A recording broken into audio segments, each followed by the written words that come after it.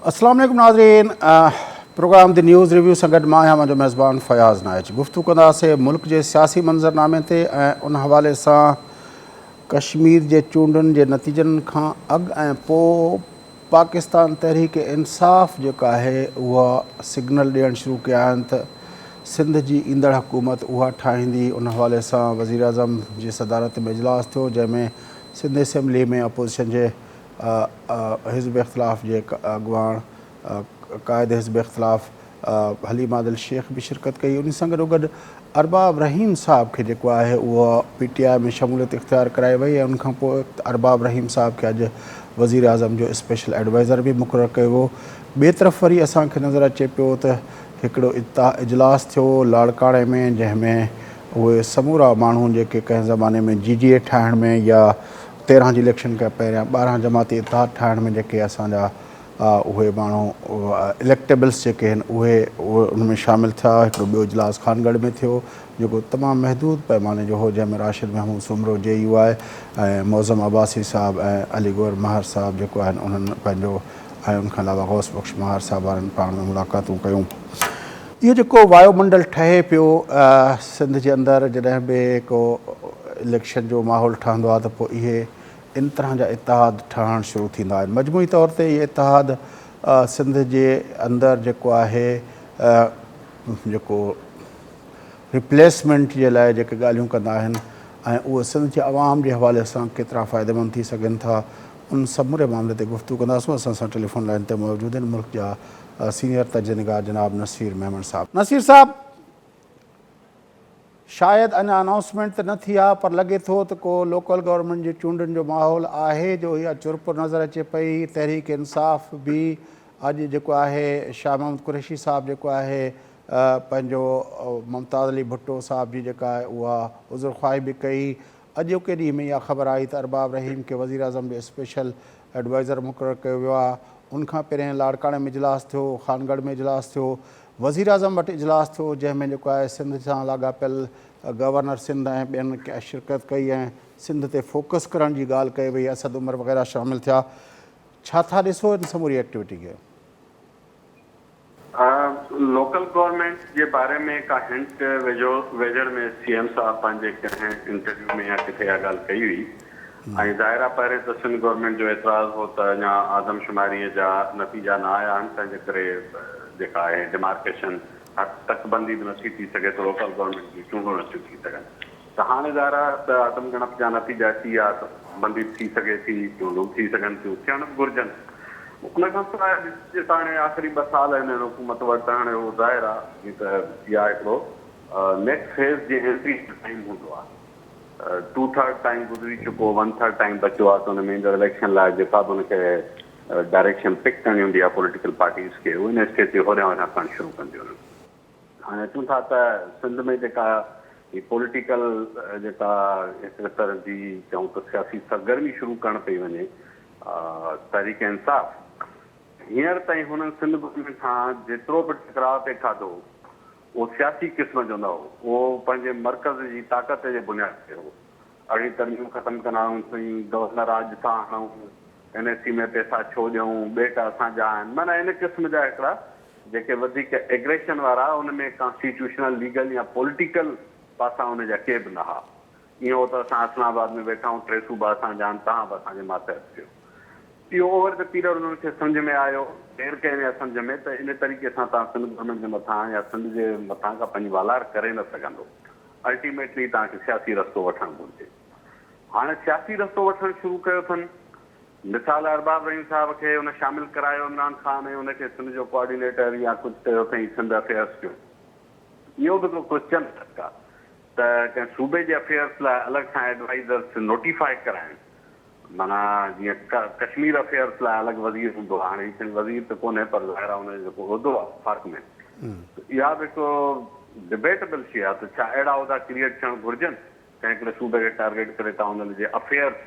त हिकिड़ी elected government मौजूदु आहे, पार्लियामेंट्री सिस्टम जे थ्रू मौजूदु आहे।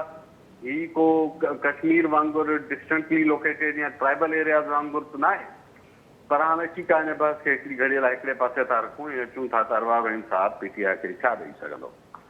ॾिसो, सिंध में पीटीआई जो मुक़ाबिलो ज़ाहिर आहे त पीपल्स पार्टी सां आहे। वॾे में बि दौर आहे उहा हींअर जेका हुकूमत में वेठी आहे,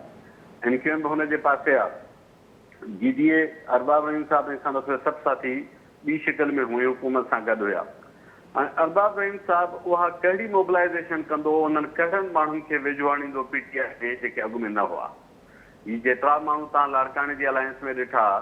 इन मां सवाइ जेयू आहे जेका हैरत अंगेज़ तौर ते वफ़ाक़ में त ख़िलाफ़ु आहे पीडीएम जे प्लेटफॉर्म सां, हिते वरी पीटीआई जी वेझड़ाई में अची वई आहे। हाणे इहो बि पॉलिटिक्स में थींदो आहे, इलेक्टोरल पॉलिटिक्स में त हिकिड़ा इंट्रस्ट प्रायोरिटी उन्हनि ॿिया हूंदा आहिनि। बाक़ी जेतिरा बि माण्हू तव्हां उन अलायंस में वेठल ॾिठा, अलायंस त न चइजे पर जेका गॾिजाणी थी, उनमें सवाइ कॉम्प्रेस जुड़ियुनि जे बाक़ी कंहिं न कंहिं शिकिल में हुई पीटीआई सां एसोसिएटेड आहिनि। कॉम्प्रेस बहरहाल पीपल्स पार्टी मां नाख़ुशि आहिनि, तंहिंजे करे उहे बि हिक तरह सां सोची सघिजे त को पीपल्स पार्टी जा अलाइज़ हुआ जेके टोड़े उते आंदा। तव्हां कॉम्प्रेस कहिड़नि जी ॻाल्हि कयो पिया साईं? उते ज़िक्र जेको मूं पढ़ियो त उनमें डॉक्टर कादिर मक्सी मौजूदु हो ऐं हुननि चयो त सनान अची न सघियो, अदरवाइज़ हुनखे अचिणो। डॉक्टर कादिर मक्सी जे पारां मूं ॻाल्हायो हो अब्दुल फताह समेजो साहब, जेको हाणे हुननि जो मर्कज़ी ऑर्गेनाइज़र आहे। जॾहिं पंहिंजो हिन वारी पंहिंजो गॾिजाणी थी पए खानगढ़ वारी, त डॉक्टर साहब कोरोना जे करे क्वारंटाइन में हो, त हुननि चयो त जेको आहे असां अॻी गॾिजाणी में बि कोन हुयासीं, इहो कूड़ ॻाल्हायो वियो, डॉक्टर साहब कोन मौजूदु हो ऐं असां अहिड़े क़िस्म जे कंहिं बि अलायंस जो हिसो न थींदासीं। इहा तमामु हैरत जी ॻाल्हि आहे त ईअं कंहिं हेॾे वॾी पार्टी जे अॻवान जो नालो ॾेई छॾनि जेको मौजूदु ई न हो। मुंहिंजो ख़्यालु आहे त हुन बाज़ाब्ता तौरु थी सघे हुननि तरजीह कई हुजे जेका मूंखां मिस थी हुजे, पर तव्हांजी माना त पोइ तव्हां ॿुधायो था त ख़ुदि कॉम्प्रेस पार्टी में शामिलु कोन हुननि सां,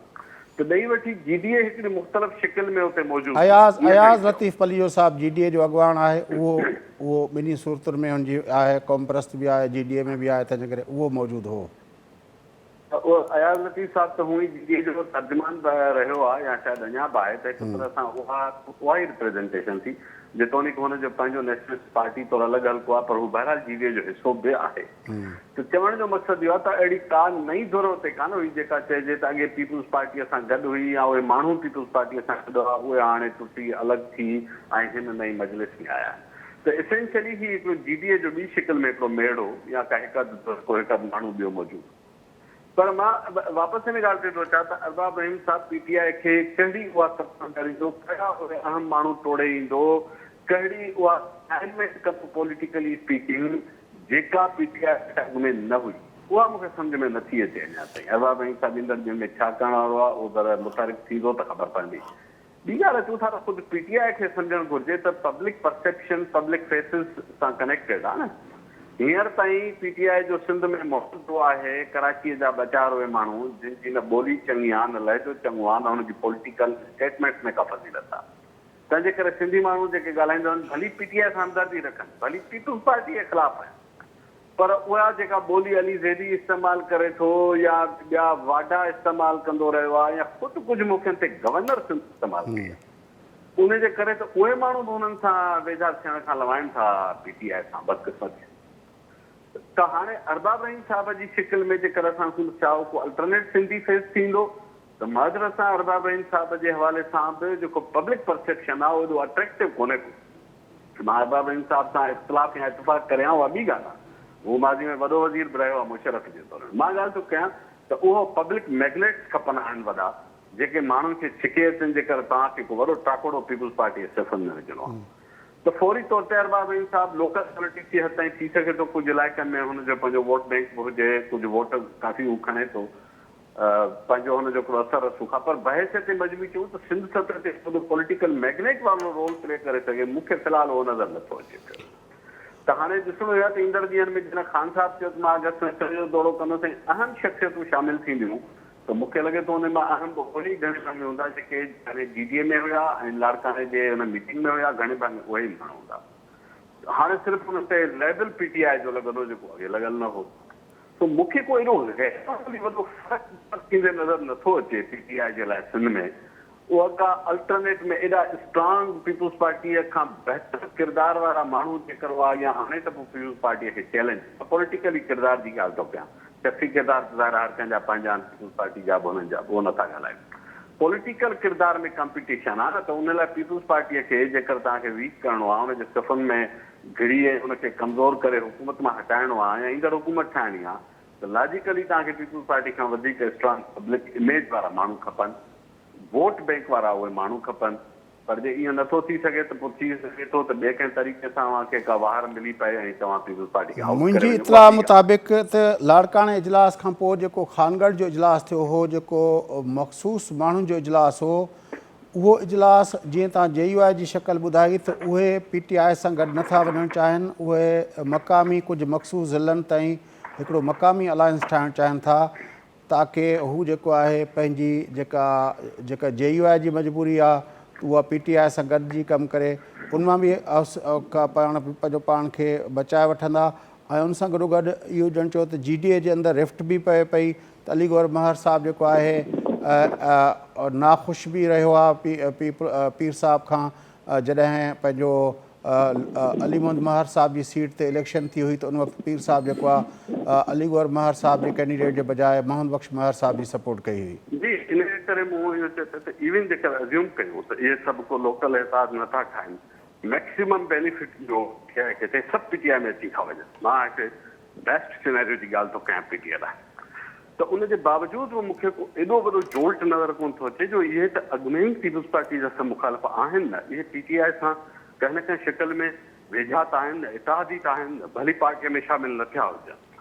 तंहिं करे मां अञा ताईं इहो न सम्झी सघियो आहियां त अरबाब रहीम साहिबु उहा कहिड़ी वॾी मोबिलाइज़ेशन करे ईंदो, उहे कहिड़ा वॾा पॉलिटिकल किरदार कढी ईंदो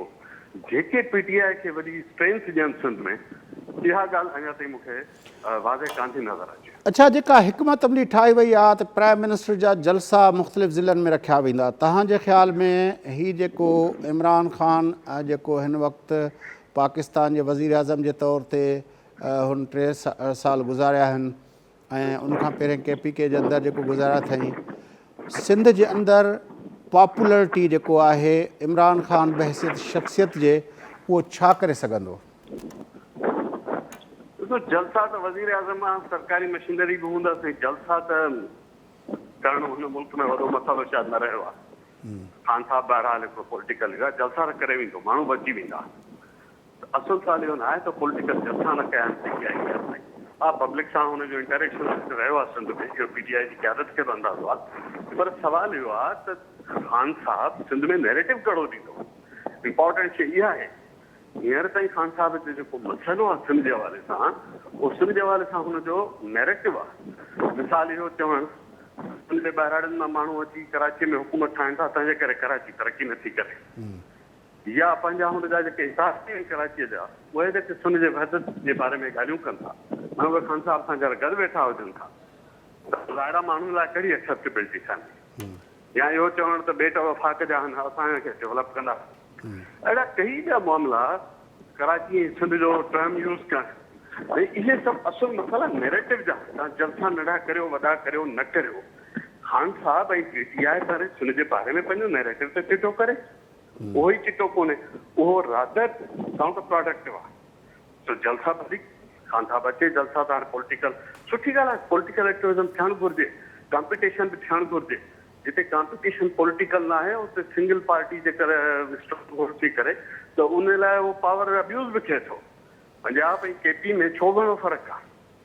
हिकिड़ो वॾो सबबु आहे त हिकिड़ी स्ट्रॉन्ग प्रो पीपल पंहिंजे माण्हुनि जे इंट्रेस्ट लाइ फाइट कंदड़ अपोजिशन मौजूदु रहंदी, इहो न आहे। पर सिंध में त पंहिंजो सिंध में त नसीर साहिबु 90 जे ॾहाके खां वठी असां ॾिसूं था, जॾहिं हिकु सीट ते जाम सादिक वज़ीर आला थियो, हिकु सीट ते अली मोहम्मद महर साहिबु वज़ीर आला थियो, पोइ वरी उनखे रिप्लेस करे असांजो जेको आहे पंहिंजो अरबाब रहीम साहिबु वज़ीर आला थियो,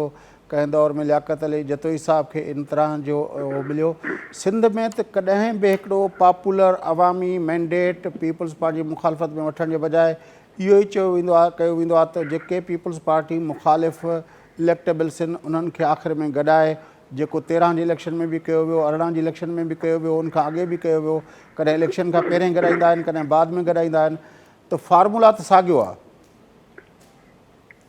जॾहिं फार्मूला साॻियो आहे त पोइ नतीजो बि साॻियो ई अचणु घुरिजे। अहिड़ी कहिड़ी शइ बदिली आहे जो इहो फार्मूलो नवां नतीजा ॾींदो? Establishment ji in approach Sindh में उनखे गैर मक़बूल कयो आहे, ऐं पीपल्स पार्टी जंहिं ते माण्हुनि खे 100 रिज़र्वेशन्स बि आहिनि, उनजी कारकर्दगीअ ते सवाल आहिनि, उनजे बावजूदि पीपल्स पार्टीअ जी ओनरशिप वधे पई। उनजो सबबु इहो आहे त जेको हुनजा मुखालिफ़ आहिनि जंहिं तरह उन्हनि जी अमल कमीशन थिए थी जंहिं तरह हुननि जो खे असेंबल कयो थो वञे मूं पब्लिक परसेप्शन जी ॻाल्हि कई न हुन मां मोस्टली उहे माण्हू आहिनि जेके डिक्टेटर तौर जे अंदरि जेको हू रहिया आहिनि वनमैन जी हिसाब सां हुननि हुकूमतूं ठाहियूं आहिनि ऐं पोइ जंहिं तरह हुननि इस्टेब्लिशमेंट जो पासो खयो आहे हुननि वनमैन जे दौर में तव्हां सभिनी वरी का कढी वठो जाम सादिक जे दौर जो हुकूमत तव्हांजे साम्हूं आहे जदोई साहब तव्हांजे साम्हूं आहे परवेज़ मुशर्रफ जे दौर जा तव्हांजे साम्हूं आहिनि त पोइ उन्हनि दौर में का पंहिंजा ऐलान था थियनि उन दौर में उन्हनि धुरियुनि खे इक़्तिदार में भरपूर शिरकत मिले थी जिन जा हथ समय मासूम माण्हुनि जे रत सां रंगियल आहिनि जेके ऐलानिया सिंध विराइण जूं ॻाल्हियूं कंदा आहिनि त पोइ उनजे करे ई त उनजी एक्सेप्टेंस नथी थिए इन जो ई पॉलिटिकल फ़ाइदो पीपुल्स पार्टी खे थिए थो जो हाणे बि तव्हां वारी ॻाल्हि फार्मूलो साॻियो आहे मुआंदा साॻिया आहिनि तरीक़ो साॻियो आहे मैथमेटिक्स साॻी आहे त आख़िरी जवाबु साॻियो ई निकिरंदो वॾी महिरबानी नसीर मेमन साहब तव्हां असांखे जॉइन कयो नाज़रीन मुल्क जा सीनियर तजनिगार नसीर मेमन साहब असां गॾु हुआ वज़ीर आज़म पाकिस्तान ऐं PTI सिंध जे अंदरि जलसा करणु चाहे थी ऐं उन सां गॾोगॾु जेको आहे सिंध जे अंदरि ॿिया जेके इलेक्टेबल्स आहिनि जेके कंहिं वक़्त में GDA कंहिं वक़्त में 12 जमात इत्तेहाद जो हिसो थींदा रहिया आहिनि उन्हनि जूं गॾिजाणी बि शुरू थी वियूं आहिनि पर जीअं नसीर मेमन साहब चयो पिए त इहे तजुर्बा पुराणा थींदा रहिया आहिनि तंहिंजे करे उन्हनि तजुर्बनि जा नतीजा बि पोइ जीअं अॻे ईंदा रहिया आहिनि ओढ़ा ई ईंदा ऐं उनखां वधीक जी उमेद न करे सघिजी ऐं ख़ासि तरह हिन वक़्तु जॾहिं वज़ीर आज़म साहब जेको आहे उहो कॾहिं बेटनि जे हवाले सां कॾहिं NFC जे हवाले सां कॾहिं इहो चए थो त सिंध जेको असांजो न आहे कॾहिं कराची जे बारे में जेको बयानु ॾिए थो त सिंध जा माण्हू अची कराची ते हुकुमरानी कनि था पिया अहिड़े क़िस्म जा बयान जेके आहिनि उहे ज़ाहिर आहे सिंधी सोसाइटी में वज़ीर आज़म खे गैर पॉपुलर कनि था इन तरह तंहिंजे करे हुन जे अचण सां जेको हुन वटि नैरेटिव हूंदो उहो कहिड़ो हूंदो उहो अॻे त ॿी ॻाल्हि हुई पर हाणे वज़ीर आज़म 3 सालनि जी हुकूमत में MQM जे इत्तेहादी तौरु उहो पंहिंजो नैरेटिव मुख़्तलिफ़ वाक़िअनि ते बयानु करे चुको आहे तंहिं लाइ सिंध जे अंदरि शायदि एॾो वॾो को डेंट वज़ीर आज़म जे जलसा न विझी सघनि बहरहाल नाज़रीन वक़्फ़ो वठूं था वक़्फ़े खां पोइ मोटी प्रोग्राम खे अॻिते वधाईंदासीं सां गॾु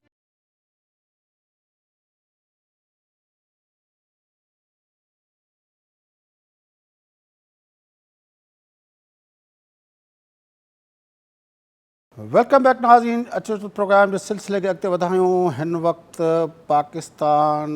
अफ़गानिस्तान हिंदुस्तान चाइना सऊदी अरब हिकिड़े ऐं अमेरिका मुख़्तलिफ़ हवालनि सां इंगेजमेंट्स जे हुन ते जेको आहे लॻल आहिनि पाकिस्तान जो वफ़द जेको आहे CPEC जे हवाले सां वियल हुयो चाइना उहो वापसि मोटियो आहे त अमेरिका जो सेक्रेटरी ऑफ स्टेट जेको आहे उहो हिंदुस्तान में लथल आहे जॾहिं त सऊदी अरब जो वज़ीर ख़ारजा पाकिस्तान पहुतो ऐं अफ़गानिस्तान जो ख़ुदि जेको मंज़रनामो आहे उहो बि काफ़ी दिलचस्प आहे चीन अफ़गान तालिबान मां उमेदु रखे थो त उहे जेको आहे यूइगर्स जे अंदरि जेका इस्लामिक मिलिटेंसी आहे उनखे ख़तमु करण में पंहिंजो किरदारु अदा कंदो इहे सॼी जेका फिनोमिना हिते हिन ख़िते में हले पई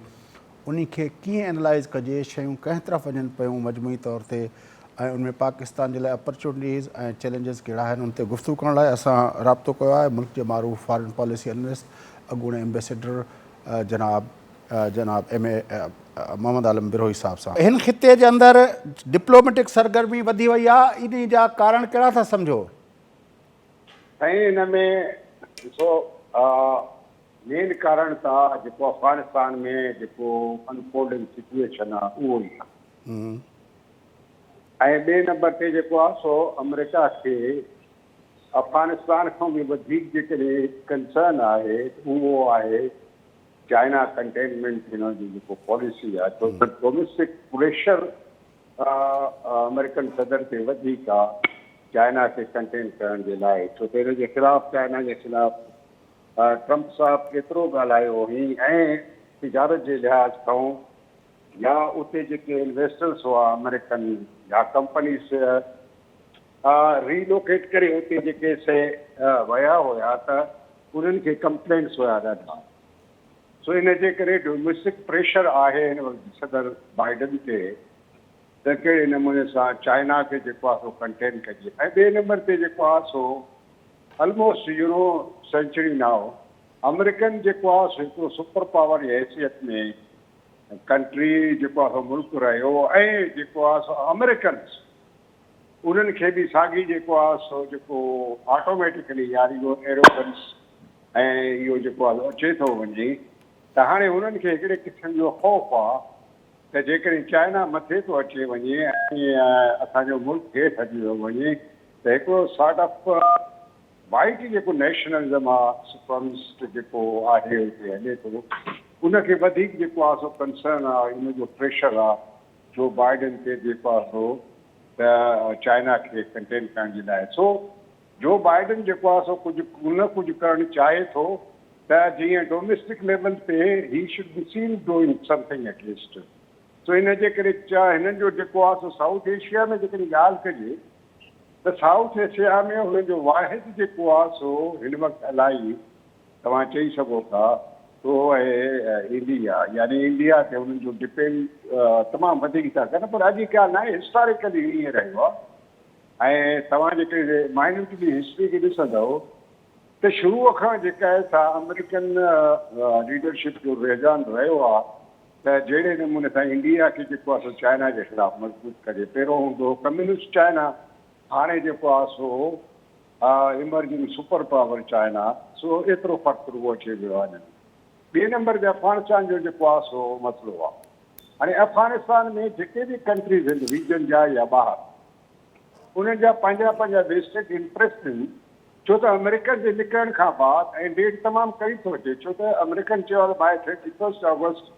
असांजा सभु जेको असां निकिता हलिया वेंदासीं असां सिर्फ़ु हिते एम्बेसी रहंदी ऐं उन में जेको आहे सो ठीकु आहे प्रॉमिस आहे त असां तव्हांखे इकनॉमिकली या फाइनेंशियली एड बि ॾींदासीं ऐं जेको आहे सो तव्हांखे एयर सपोर्ट बि ॾींदासीं पर एट द सेम टाइम इहो चवनि था त एतिरो परे खां एयरपोर्ट यानी एयर सपोर्ट ॾियणु जेको आहे सो आसान पर हाणे ताज़ो एयर सपोर्ट मिली त सही न साईं उहा किथां मिली साईं उहो त आहे न हिननि जा जेके अॾा आहिनि क़तर में हिननि जा अॾा आहिनि जहाज़नि पोइ हिन जे पंहिंजो जेको बहिरी जहाज़नि ते हिन जो अरेंजमेंट आहे उतो थी सघनि था पर at the same time American पाण जनरल चवनि था त इहो असांजे लाइ सस्टेनेबल न हूंदो घणे वक़्त जे लाइ सो इन जे करे इहे ॻाल्हियूं हाणे जेको आहे सो हर कंट्री हिकिड़े रश में जेको आहे सो दौड़ो लॻाए अफ़गानिस्तान में पंहिंजे इंट्रस्ट खे जेको आहे सो सिक्योर करण जे लाइ मुख़्तलिफ़ तरीक़ा मुख़्तलिफ़ अलाइनमेंट्स मुख़्तलिफ़ मुल्कनि सां मिलणु इहे सभु जेको आहे you see a flurry of diplomacy हाणे ॾिसो त रशियन जो कंसर्न इहो आहे त जेकॾहिं अफ़गानिस्तान में स्टेबिलिटी ऐं पीस न आहे त इहो असांजो सेंट्रल एशिया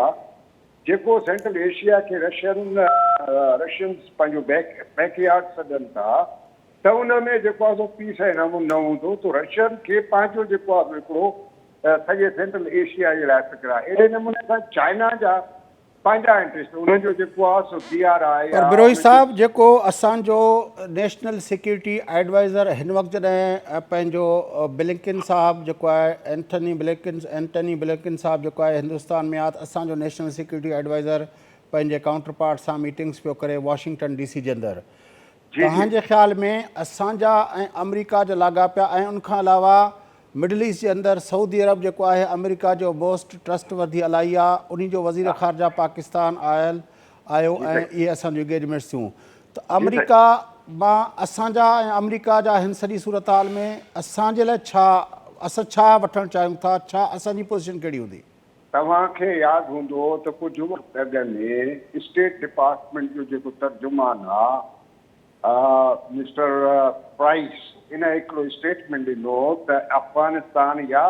काउंटर टेररिज़म खां अलावा जेको आहे सो अफ़गानिस्तान के अलावा पाकिस्तान ऐं इंडिया जा कई जेके आहिनि से मैटर्स ते कन्वर्जेंस आहे ऐं जेको आहे सो इहो जेको आहे सो they can be part of the new relationship between यानी पाकिस्तान एंड इंडिया उहो पाकिस्तान एंड अमेरिका हाणे उहो चए थो सिर्फ़ु अफ़गानिस्तान ताईं महदूद न हुया असांजा अहिड़े नमूने सां तव्हांखे यादि हूंदो त 2-3 ॾींहं अॻु में या लास्ट वीक जेको आहे सो मुहित साहब जो जेको इंटरव्यू हुयो कंहिं TV चैनल सां हुननि क्लियरली हुन खां पुछियो त असांजो जेको आहे सो कहिड़े नमूने सां अमेरिका सां कॉन्टेक्ट आहिनि ऐं छा छा इन्हनि ते ॻाल्हियूं थियनि थियूं पियूं हुन चयो त असांजो जेको आहे सो there is a broad consensus त असांजो जेको आहे सो तालुका अफ़गानिस्तान खां अलावा बि मेटर्स आहिनि, पर हुन जेको आहे सो ही डिक्लाइन जेको आहे चैनल ॿुधाइण जे लाइ त कंहिं सां ॻाल्हियूं थियूं थियनि या कहिड़े लेवल ॻाल्हियूं थियनि थियूं, हुन चए थो इहो मुनासिबु न हूंदो हिन वक़्तु ॿुधाइण। पर जेको ब्रॉडर सिनेरियो तव्हां ॿुधायो था त हिन ख़िते जे अंदरि अमेरिका जो इंट्रस्ट अफ़गानिस्तान मां हाणे ख़तमु थी वियो आहे, हाणे चाइना कंटेनमेंट जेका आहे उहा हुनजी अफ़गानिस्तान खां उन्हनि जो इंट्रस्ट ख़तमु थियण जो मतिलबु इहो न आहे, निकिरण जो मतिलबु इहो पर न आहे। हाणे हुनजो बुनियादी जेको मक़सदु आहे हिन ख़िते में उहा आहे चाइना जी कंटेनमेंट। साईं, चाइना जे कंटेनमेंट खां अलावा जेको आहे सो अमेरिकन जा पंहिंजा साउथ एशिया में इंट्रस्ट आहिनि, या उहो जेको आहे टोटल पंहिंजे इंट्रस्ट खे नज़र करे जेको अफ़गानिस्तान में टपड़ खणी ऐं भई एरिया वेंदा ऐं वापसि न ॾिसंदा, ईअं न थींदो आहे मुल्कनि में साईं। हाणे जेकॾहिं अफ़गानिस्तान कंहिं बि इकनॉमिक कनेक्टिविटी जो हिसो थिए थो, पोइ चाहे उन जो सीपेक में थिए या BRI में थिए या हुन जा जेके तालुका सेंट्रल एशिया सां वञनि, अमेरिका जो इंट्रस्ट रहंदो हिते साईं, बिल्कुलु रहंदो। अफ़गानिस्तान जेको आहे सो हमेशह स्ट्रेटेजिक पॉइंट ते रहियो आहे ऐं हर एम्पायर जो, हर ताक़तवर मुल्क जो इन में इंट्रस्ट रहियो आहे, छो त हिन जी जोग्राफिकल लोकेशन इहा आहे। अफ़गानिस्तान में ईरान में घणो डिफरेंस कोन्हे को, विरहायल कोन्हे को, जो अमेरिका उतां जेको आहे निकिरण खां बाद पुठिते न ॾिसंदो, हुनजो जॾहिं ईरान सां तालुका ठीकु न आहिनि, जे साउथ एशिया में जेको आहे उहो चाइना खे कंटेन करणु थो चाहे, साउथ एशिया में सेंट्रल एशिया में जेकॾहिं अमेरिकन चाहिनि था त रशिया जो एतिरो असर सूख न हुजे, त उहे ई जेको आहे how they can afford to leave the region and do not look back. तो इन जे करे मां चवां थो त उन्हनि जा इंट्रस्ट ज़रूरु हो निकिरी विया आहिनि। अफ़गानिस्तान वार खटे न सघिया आहिनि, जंग खटे न सघिया आहिनि, लेकिन उन्हनि जो जेको आहे इंट्रस्ट लूज़ न थिए थो न अफ़गानिस्तान में या साउथ रीजन में या साउथ वेस्ट एशिया में। साउथ वेस्ट एशिया में मुल्क अचनि था पिया, नार जो गल्फ अचे थो पियो, गल्फ जेको आहे सो हुर्मुज़ स्टेट अचे थो, ईरान अचे थो, सऊदी जी तालुकात अचनि था, इहे सभु इहे अमेरिका हिननि खे कीअं अफोर्ड करे सघंदी, to neglect all these matters. सो इन जे करे मां चवां थो त अमेरिकन्स पाण चयो आहे त अञा ॾिसो न, अफ़गानिस्तान में कंहिंखे पूरी पकी ख़बर न आहे त अलक़ाइदा ख़तमु आहे, हर को थो चए त अलक़ाइदा जा ब्रांचिस आहिनि ऐं थी सघे थो त उहा सिचुएशन वरी थो राज वापसि अचे वञे, जीअं इराक में थियो थो त अमेरिकन निकिरी विया जल्दी में ऐं उन खां बाद अलक़ाइदा जेको आहे मुख़्तलिफ़ सूरतुनि में ज़ाहिर थी वियो। इस्लामिक जेको आहे स्टेट ऑफ इराक ऐं शाम जे सूरत में, पोइ वरी अमेरिकन खे अचिणो पियो ऐं उन खां बाद उन्हनि जे ख़िलाफ़ु जेको आहे उन्हनि खे जेको आहे जंग करणी पई। इहो सूरत हाल थी थियो। तव्हां कीअं था चई सघो इस्लामिक स्टेट पाकिस्तान जेको आहे ख़तमु न आहे, या उन खां जेको आहे सो रीजन में ॿियनि कंट्रीज़ खे थ्रेट न आहे, including Pakistan, including central Asia. इहे सभु अमेरिका खे एज अ सुपर पावर या इहे शयूं ॾिसणी पवंदियूं। अमेरिका छो आहे हुते, इनजी टेररिज़म जी, काउंटर टेररिज़म जे आहे। हाणे इहे ॻाल्हियूं, इहे सभु जेको आहे that is part of the diplomatic जेका हिन वक़्तु एक्टिविटी तव्हां ॾिसो था, इहे सभु ॻाल्हियूं जेको आहे सो हुनजे जेको आहे फैक्टर थियनि, इन जो काज़ थी सघनि। पर तव्हां नथा सम्झो त जेको आहे हिन वक़्तु जेका अफ़गानिस्तान जी सूरत हाल आहे, अॻे भेरे जॾहिं पंहिंजो इहे मामला थिया त तालिबान जेको आहे उहा प्रेस कॉन्फ्रेंस करे चयो त असां चाइना खे हिकिड़ो दोस्त पंहिंजो कुवत सम्झूं था ऐं असां जेको आहे चाइना जे अंदरि जेका इस्लामिक मूवमेंट आहे शिनजियांग वारी, असां उन्हनि जी का बि सपोर्ट न कंदासीं। हिन भेरे वरी जेको आहे ख़ुदि चाइना चयो आहे त जेको आहे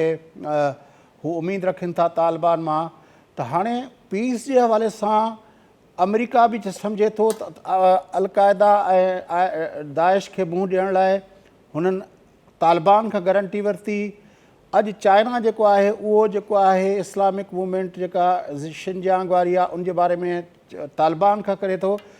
त ॿई जेके पावर्स आहिनि, जेके सुपर पावर्स जेके उहे आहिनि, उहे अफ़गानिस्तान जे अंदरि अफ़गानिस्तान जी हुकूमत या उन मां नथा कनि, उहे ॿई उमेदु था कनि त तालिबान उन्हनि खे उन्हनि जा टारगेट्स हासिल करे ॾींदा। ऐं भई ईअं ॾिसो न, हाणे तव्हां हिकिड़ी रिसेंटली जेको आहे सो नेट मास्टर जेको फॉर्मर नेशनल सिक्योरिटी एडवाइज़र हुयो जनरल मैकमास्टर, हुनजो ट्रम्प जो, हुनजो हिकिड़ो